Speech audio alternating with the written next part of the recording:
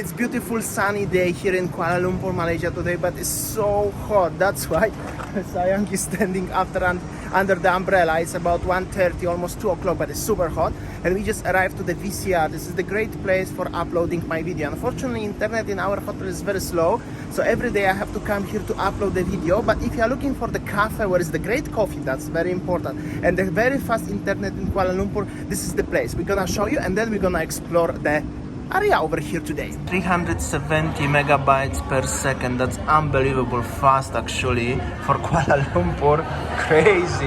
And this is the place. And this is for me the most important is upload is about 150, 160, maybe up to 200. It's still very good. Nothing to complain. In my hotel it's only 5, so it's useless, cannot do anything. This is where I uploading. That's our coffees. We have a view also a little bit, and there's so many people actually everywhere around. Saying maybe you're gonna show them a little bit the place, huh? Yes, I'll show you now. So basically, this cafe, have a view of the tree outside. This place almost full house.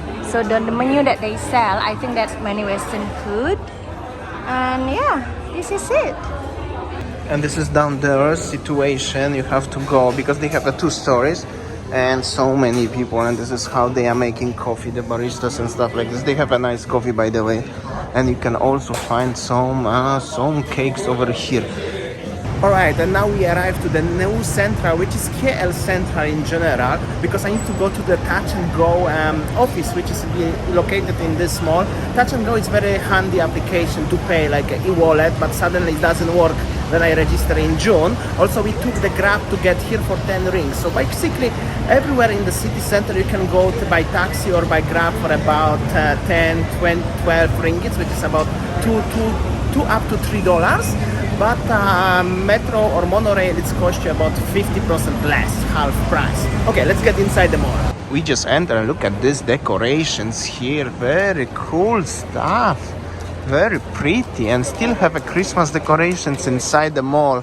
I think this is the last chance we can show you Christmas in Kuala Lumpur. So it's hot and sunny outside. That's why so many people come inside the mall and hiding, because inside the mall much cooler. Definitely much cooler. And check this out, how big is this mall actually. NU Central, next to KL Central main station. But this mall is very popular in Kuala Lumpur. Okay, maybe it's not so fancy, but all the public transport stations actually starting and finishing here. So whenever you wanna go somewhere, you have to pass this mall.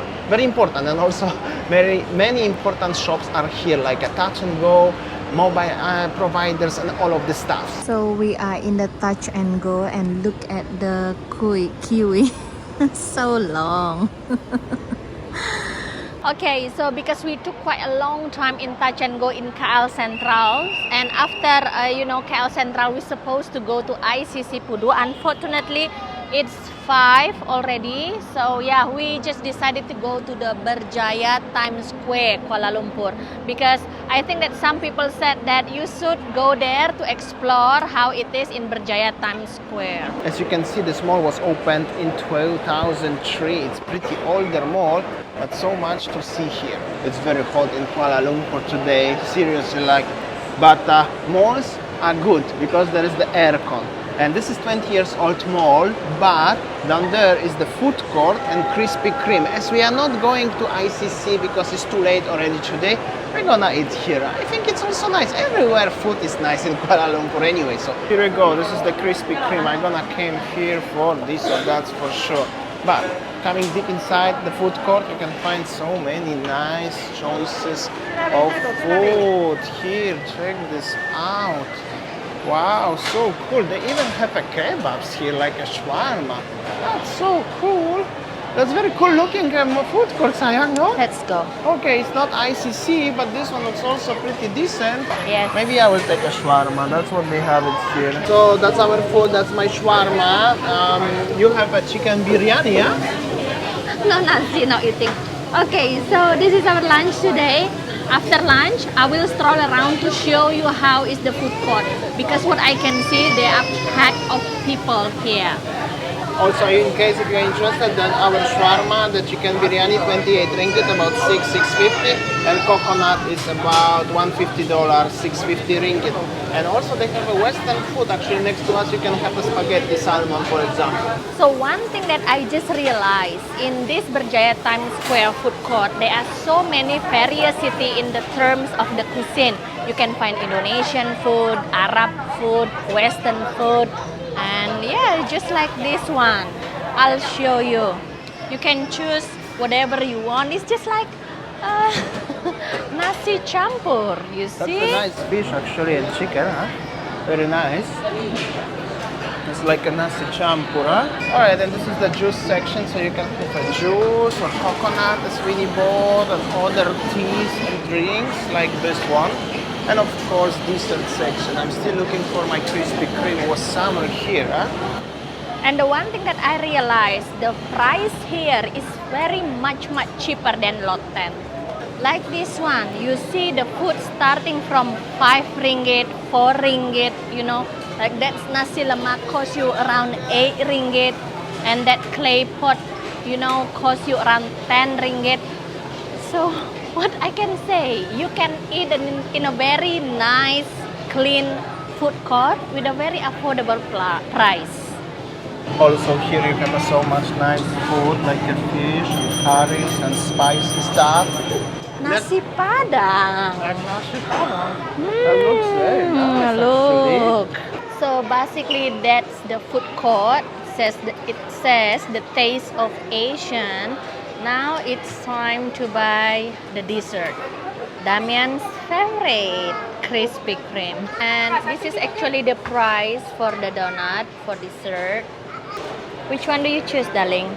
I will go with the chocolate custard, which is I think Boston cream, but different name here. I don't know why it's actually no Boston cream. And for you, I'm gonna take a chocolate drink because you like chocolate ones already.